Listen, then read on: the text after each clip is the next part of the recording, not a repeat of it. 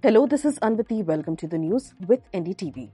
It's Thursday, July 17th, and coming up in today's episode, Supreme Court hints a woman committed a crime by having extramarital affair during a rape case hearing. Air India AI171 crash probe updates. MK Stalin raises Katchatheevu dispute issue again, and as Israel attacks Syria, Iran issues warning to the US.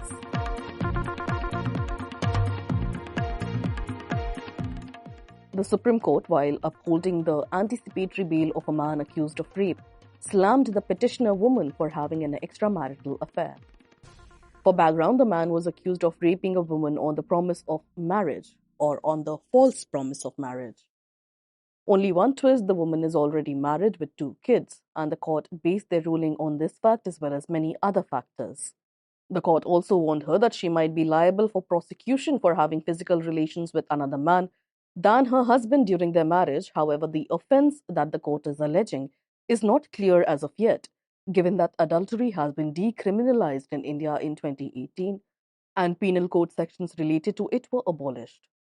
A bench of Justices M.M. Sundaresh and N. Koteshwar Singh made the remarks while hearing the woman's petition seeking the cancellation of the anticipatory bail of the man she accused of rape. When the woman's counsel argued that the man continued to have physical relations with the woman by falsely promising her a marriage, the court told the woman, "You are a married woman, you have 2 children, you are a mature person, and you understand the relationship that you were building outside the marriage." The counsel then told the court that the man had called her to a hotel room many times for intimate acts.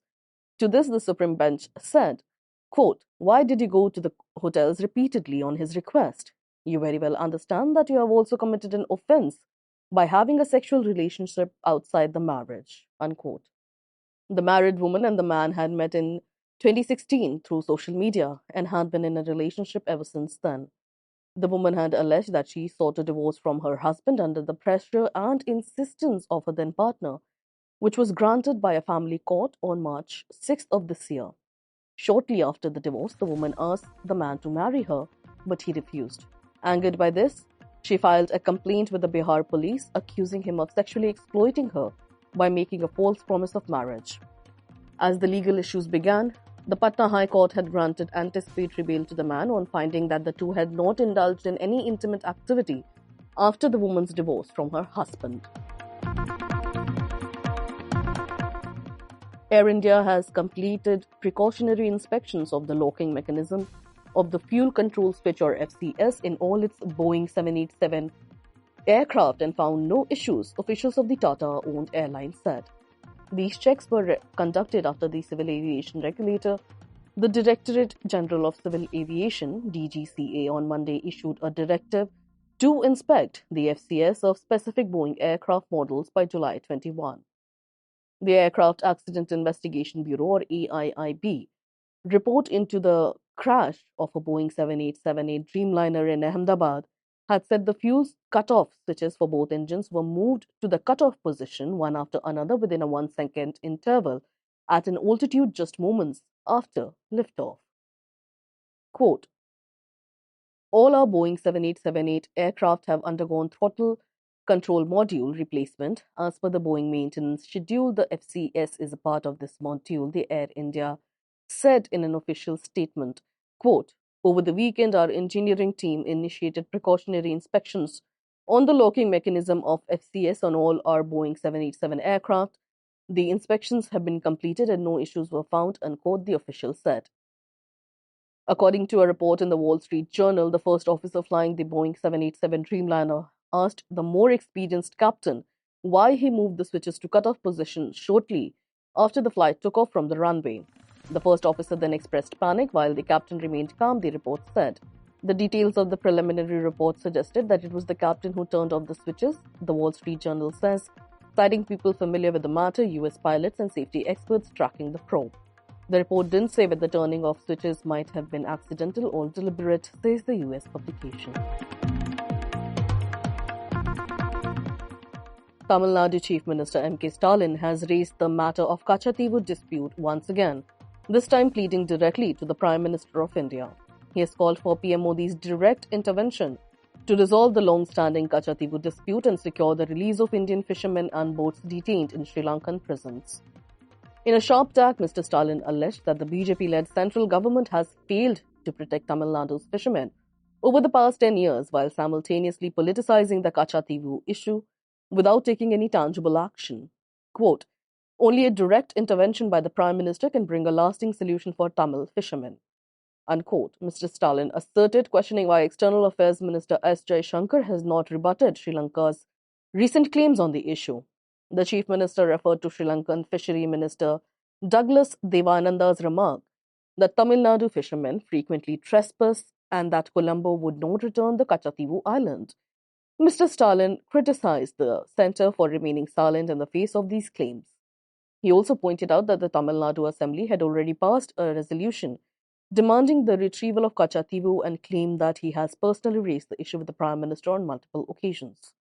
Quote, "The DMK government will continue its efforts to retrieve Katchatheevu," he said. In response, BJP spokesperson Narayan Tirupati hit back, saying it was under the Congress regime that the centre and DMK's rule in Tamil Nadu that Katchatheevu was ceded to Sri Lanka in 1974. Quote, "DMK did nothing when they shared power at the centre for 14 years, said Mr. Tirupati. Quote, "We have ensured no firing by the Lankan Navy, unlike in Congress rule, where nearly 1,000 fishermen were killed. We even saved fishermen from death sentence then." Quote, unquote. For a specific question on Lanka auctioning seized Indian fishing boats and crippling the livelihood of Indian fishermen, Mr. Tirupati said, and I'm quoting again, "We have held several rounds of talks between affected Lankan Tamil fishermen and Indian Tamil fishermen. Unless you talked with them and find a solution, it's not going to end. I think we're on the right track." Meanwhile, maritime and diplomacy experts have warned that retrieving Katchatheevu alone may not resolve the issue. The real problem, they say, is the depletion of fish stocks in Indian waters, forcing fishermen to deliberately venture into Sri Lankan territory. They recommend that India consider negotiating a long-term lease for fishing rights agreement with Sri Lanka rather than fixating solely on territorial control of Katchatheevu. As tensions rise over the island, the issue is set to be a major political flashpoint in Tamil Nadu ahead of 2026 assembly elections.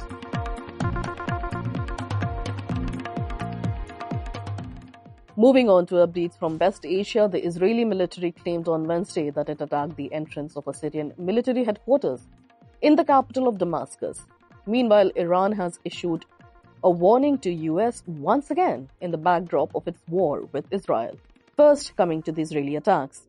An Israeli strike had also hit the defense ministry in the capital, two Syrian security sources told news agency Reuters.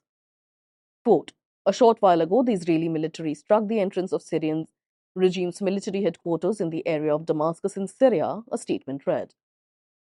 The strikes are a result of the clashes happening in the city of Swida as the ceasefire between the government forces and Druze armed groups collapsed. Israel is supposedly acting to protect the Druze, as they say. The Druze religious sect began as a 10th century offshoot of Ismailism, a branch of Shiite Islam. More than half of the roughly 1 million Druze worldwide live in Syria.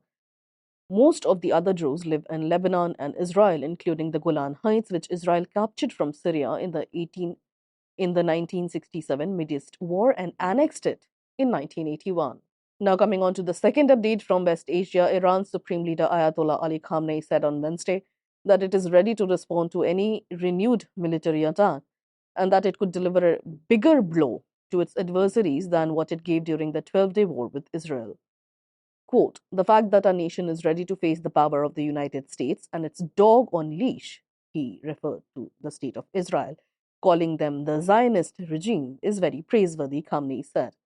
Last month, the United States had launched strikes on Iran's nuclear and military facilities, although Iran had said its nuclear program is for peaceful purposes only.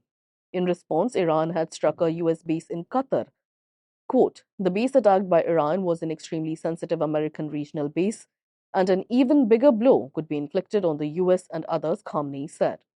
As of now, Iran is under pressure by the United States to agree to a nuclear deal with the US, as Washington and 3 European powers have set the deadline for the deal to be at the end of August. If there is no progress till then, France's foreign minister said that snapback mechanism will automatically impose all international sanctions that were lifted under the 2015 Iran deal and the Joint Comprehensive Plan of Action. That's all for today. You were listening to the news with NDTV, your daily newspaper and TV bulletin wrapped in a compact podcast.